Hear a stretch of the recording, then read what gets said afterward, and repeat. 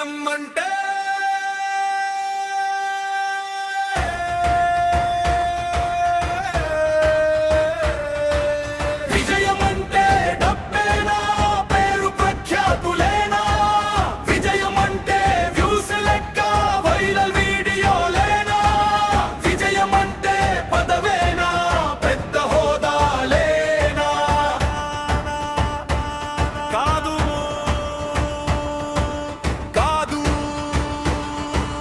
విజయం అంటే నిన్ను నీవు గెలవడం రా.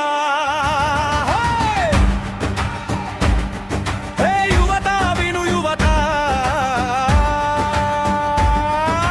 విజయం అంటే నిన్ను నీవు గెలవడం రా. 50 ఏళ్లుగా నేర్పిన తప్పుడు నిర్వచనం, దివప్పే లక్ష్యం అన్న భమలో జీవితం శూన్యం.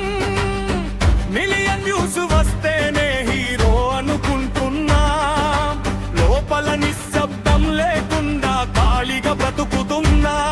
ఒక రాజు కూడా గౌరవించినది ఎవరిని? గురువుని, యోగిని, దానిని చూడు. అలెగ్జాండర్ పేరు చరిత్రలో ఉన్నా, మన గుండెల్లో నిలిచింది యోగి గాథనా. విజయం అంటే ప్రఖ్యాతులేనా?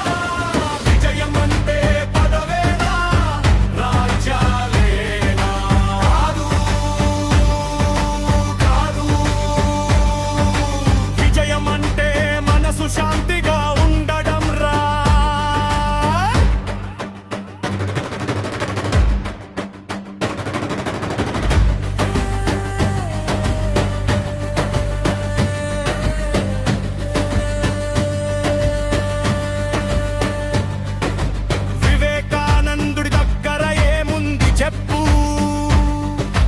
బంగారం భూములు కదు అగ్నిలంటి ధ్యానం, రమణ మహర్షికి ఏముంది చెప్పు? మౌనం ఉంది, అదే ప్రపంచానికి దానం. బుద్ధుడు రాజ్యం గెలిచాడా, కానీ ప్రపంచ హృదయాల్ని గెలిచాడా లేదా? గాంధీ గారి ఖరీదైన దుస్తులున్నాయా, కానీ చరిత్రనే మార్చిన మనిషే కాదా?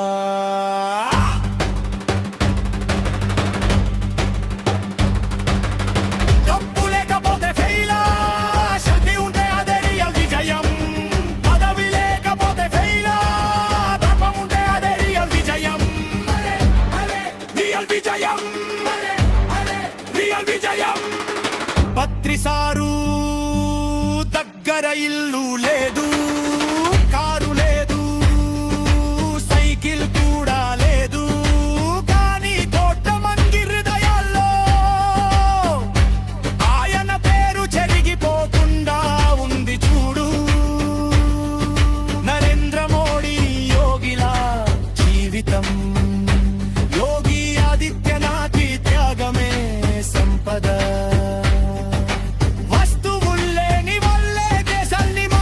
కథలు ఇవి కదా.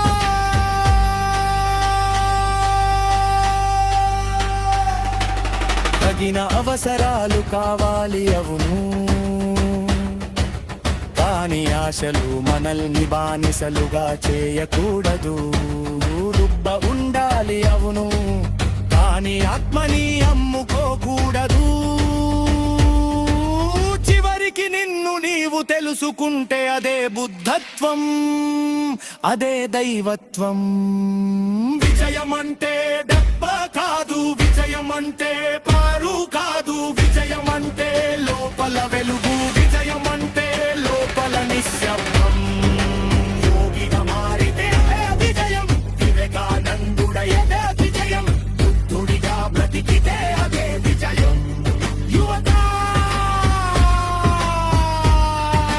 గుర్తుంచుకో, ఇదే ఇదే అసలైన విజయం.